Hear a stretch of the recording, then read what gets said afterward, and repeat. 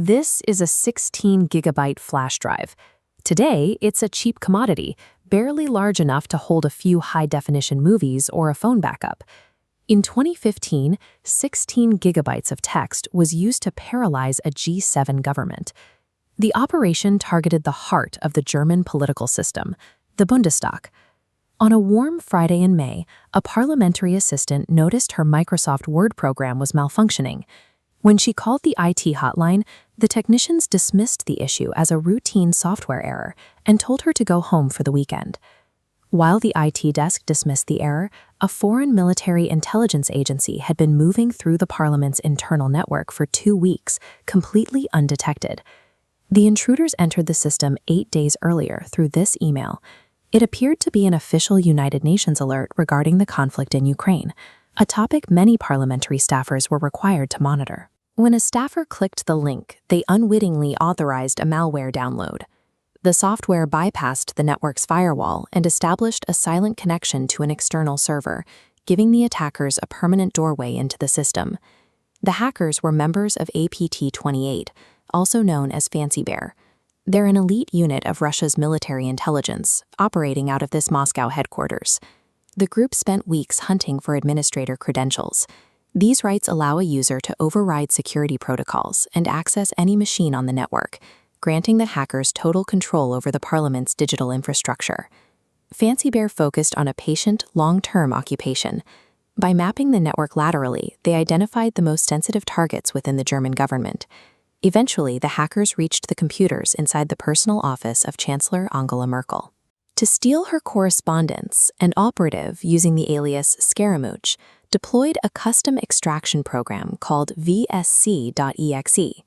The program was designed to locate a folder named Bureau, but couldn't recognize the German returning an error.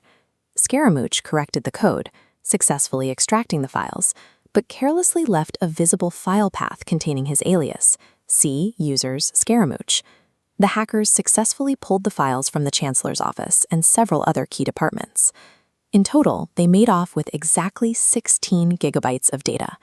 16 gigabytes of pure text is a staggering amount of information. It represents millions of emails, internal memos, and private strategy documents belonging to the country's highest-ranking officials.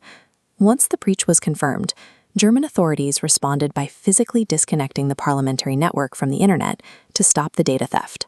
The result was total digital paralysis. Lawmakers were cut off from their files and communication tools, forcing them to conduct government business using physical paper and handwritten notes to ensure their privacy.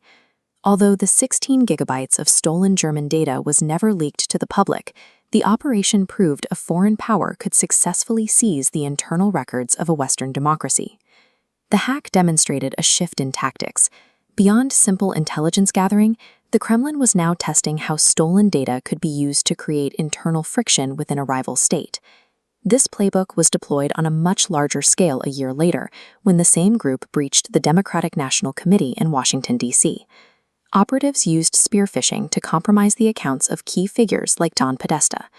Unlike the German hack, these stolen emails were released strategically to the public to dominate the news cycle during an election year. These leaks were designed to erode public trust in the democratic process.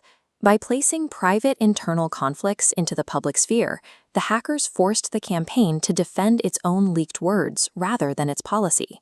This strategy of digital interference has continued into the current decade, expanding to include direct attacks on infrastructure, such as the 2022 Viasat hack that disabled Ukrainian military communications during the Russian invasion. The events in Berlin, Washington, and Kyiv demonstrate that the security of a democracy now depends on how it protects its internal communications. 16 gigabytes of stolen text is enough to influence an election, or it could cripple a military's command structure.